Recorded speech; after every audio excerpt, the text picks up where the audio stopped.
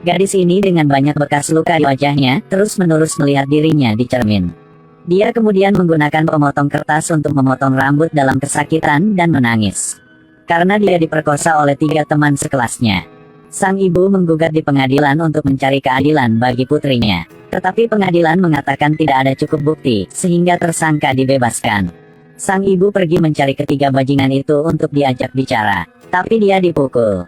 Pada saat itu dia tidak mau percaya pada siapa lagi. Dia ingin menggunakan caranya sendiri untuk mendapatkan keadilan bagi putrinya. Gadis ini bernama Ngah, 17 tahun, adalah siswa SMA. Ngah disukai oleh banyak orang, termasuk Johan. 2 orang mengirim pesan untuk berjanji akan bertemu di atap gedung malam itu.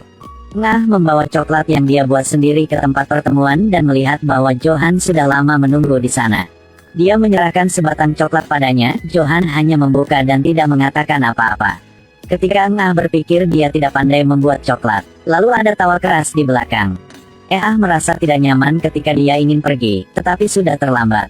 Ibu dia Yolim ketika sampai ke rumah melihat putri dia belum pulang juga. Dia ambil HP ingin telepon anaknya, tetapi melihat ada SMS minta tolong dari Ngah. Dia merasa bahwa ada yang tidak beres, langsung datang ke tempat sekolah. Saat di jalan dia menerima telepon dari rumah sakit. Melihat anak tadi pagi masih baik-baik saja, tetapi sekarang dia berbaring di ranjang rumah sakit dengan wajah memar. Untungnya anak bisa bangun, ibu dan anak berpelukan dan menangis. Polisi dengan cepat menangkap 3 bajingan itu. Mereka tidak takut tapi sikap mereka sangat bosi. Walaupun sedang di kantor polisi, mereka masih bisa tertawa dan membahas tentang Ngah. Yolim tidak bisa menahan lagi, ingin pukul para bajingan ini tetapi didorong sampai jatuh. Ngah merasa lebih baik, polisi datang untuk memeriksa bukti. Buka baju dia dan ajukan pertanyaan yang sangat sensitif. Membuat rasa takut di hati Ngah bangkit kembali. Setelah sembuh, ibu dan anak kembali ke rumah. Melihat putrinya hanya berbaring di tempat tidur tanpa mengucapkan sepatah kata pun membuat Yolim sangat sedih. Ngah, selain berbaring di tempat tidur, akan pergi ke kamar mandi sepanjang hari. Dia merasa bahwa tubuh sangat kotor, dia harus mandi untuk membersihkan dirinya sendiri. Inspektur datang untuk bertanya kepada atasan mengatakan ada kasus yang lebih serius sebelumnya. Korban dianiaya sampai mati, tetapi pelakunya masih di bawah umur, sehingga tidak dihukum oleh hukum. Ngah masih hidup, bahkan jika masih penyelidikan lebih lanjut, tidak akan ada hasil. Karena pelakunya masih di bawah umur, bahkan jika ada gugatan, itu tidak akan mendapatkan apa-apa. Yang terbaik adalah berdamai, lebih baik mendapatkan uang untuk putrinya. Tidak peduli seberapa marah, tidak ada cara. Hanya hukum yang bisa disalahkan. Inspektur Oh mencari Yolim untuk mengulangi kata-kata dari atasannya. Orang tua para bajingan itu juga mencari dia, mengatakan bahwa anak-anak mereka terlalu muda untuk mengerti makanya baru berani melakukan hal yang keterlaluan seperti itu. Mereka memberikan uangnya dan ingin untuk berdamai. Yolim tetap mau menuntut ke pengadilan, bajingan itu harus dihukum. Salah satu dari mereka bahkan mengatakan bahwa mungkin anak kami melakukan kesalahan ini, kenapa ingin menghancurkan masa depannya. Dan omong Yolim sudah lama cerai, mungkin tidak tahu bagaimana cara untuk ajarin anaknya. Jika anak saya adalah bajingan, anak Anda juga tidak beda apa. Yolim marah bangun dan langsung pergi. Di pengadilan, hakim ambil alasan karena Ngah yang kirim SMS duluan, jadi ada juga bagian dari tanggung jawab. Karena tidak punya cukup bukti, jadi hakim memutuskan para bajingan itu tidak bersalah. Meskipun Yolim memohon seperti apa, juga tetap tidak bisa berubah keputusan dari hakimnya. Tragedi baru saja dimulai.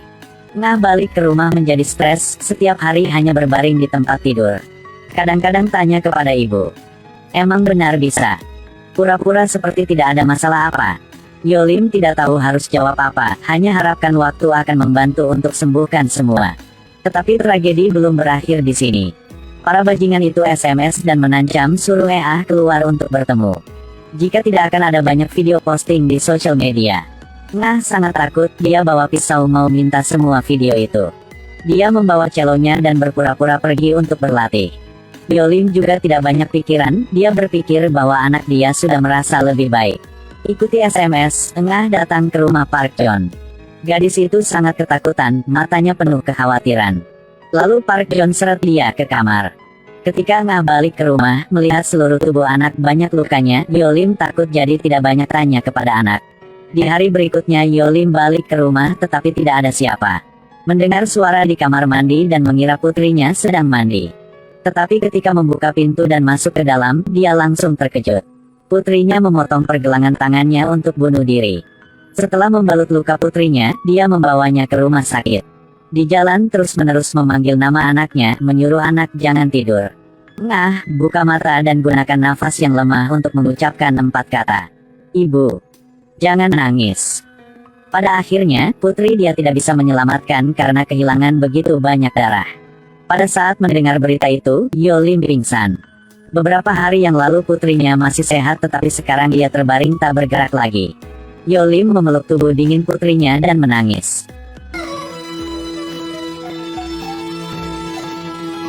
Setelah menyelesaikan pemakaman putrinya, dia kembali ke rumah. Kamarnya sepi sekarang, tidak ada suara apapun. Saat dia buka kulkas melihat kue ulang tahun yang disiapkan oleh putri untuk dia. Di atas kue ada tulisan, "Ibu jangan nangisnya." Yolim tersedak kembali dan menangis. Seragamnya sudah kering, dia membungkusnya dan meletakkan di kamar putri. Melihat HP anak di meja, dia membuka HP-nya dan melihat ada SMS dari Park John, ancam harus bertemu dengannya. Setelah membuka video di dalam SMS, Yolim benar-benar putus asa. Ternyata anak bunuh diri karena diperkosa sampai 2 kali. Dia marah ingin hancurkan HP tetapi langsung tenang kembali. Malam itu dia pegang HP mencari Park John, mau minta video tapi dihajar olehnya. Untung ada polisi lewat dan selamatkan Yolim. Inspektur Oh menyuruh Yolim untuk menyalahkan Park John, setidaknya dia bisa dikurung selama 2 minggu. Dia bilang semua udah lewat bukan bajingan itu. Membuat Inspektur Oh tidak dapat dimengerti. Ayah Park John membawa uang untuk berterima kasih padanya karena tidak melapor. Yolim bilang dia membawanya pulang, akan membutuhkannya nanti. Ayah Park John berpikir dia sudah gila, lalu langsung pergi. Mulai saat ini dia mulai merencanakan balas dendam. Putri dia yang cantik telah bunuh diri. Hukum tidak bisa menghukum orang jahat, maka dia akan menggunakan cara dia sendiri.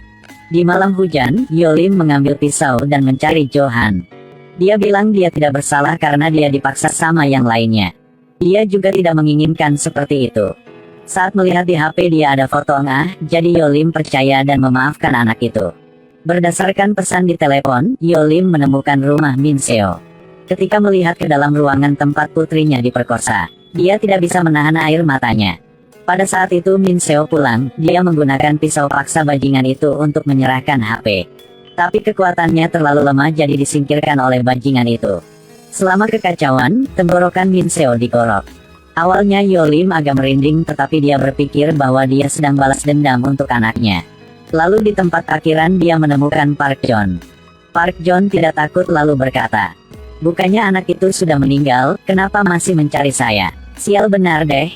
Yolim mendengar tetapi tidak omong apa, berbalik dan pergi. Park John nyalakan motor, Yolim juga nyalakan mobil. Tabrak secara langsung membuat Park John terbang jauh. Melihat pria itu sedang berbaring di tanah, Yolim injak gas. Menabrak pria itu sekali lagi baru dia pergi. Kamera di tempat parkir menangkap pemandangan itu, jadi Yolim dicari di seluruh kota.